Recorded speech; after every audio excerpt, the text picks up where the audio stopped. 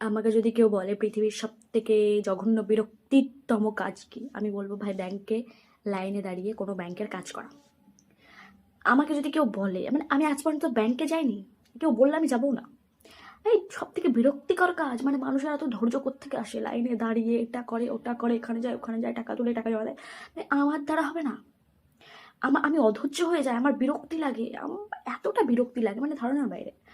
আর ব্যাংকের লোকের তো যা খেসটা মারা কথা, তাদের কোনো দোষ দিচ্ছে না, কারণ মানে এত লোকের সঙ্গে তারা ডিল করে যে অলরেডি তাদের মাইন্ড সেটকে যায়, ঠিক আছে।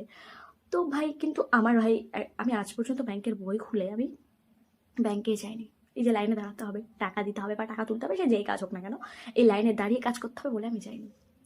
আমার বই সাদা, নতুন হয়ে আছে, আপডেটও করিনি এখন পর্যন্ত। ভাই কেন জানি না আমার সব থেকে বিরক্তি লাগে। এটা আমি কোনোদিন যাবো কিনা কি জান, তখন যেতে হবে যখন ঠেলাই পড়বো, যাই হোক কোনো দরকার তখন যেতে হবে। খুব বিচ্ছিরিতম ভাই আমার জন্য এই বাইরের এটিএমগুলোই ঠিক আছে, আর শাখা পোশাখাগুলোই ঠিক আছে।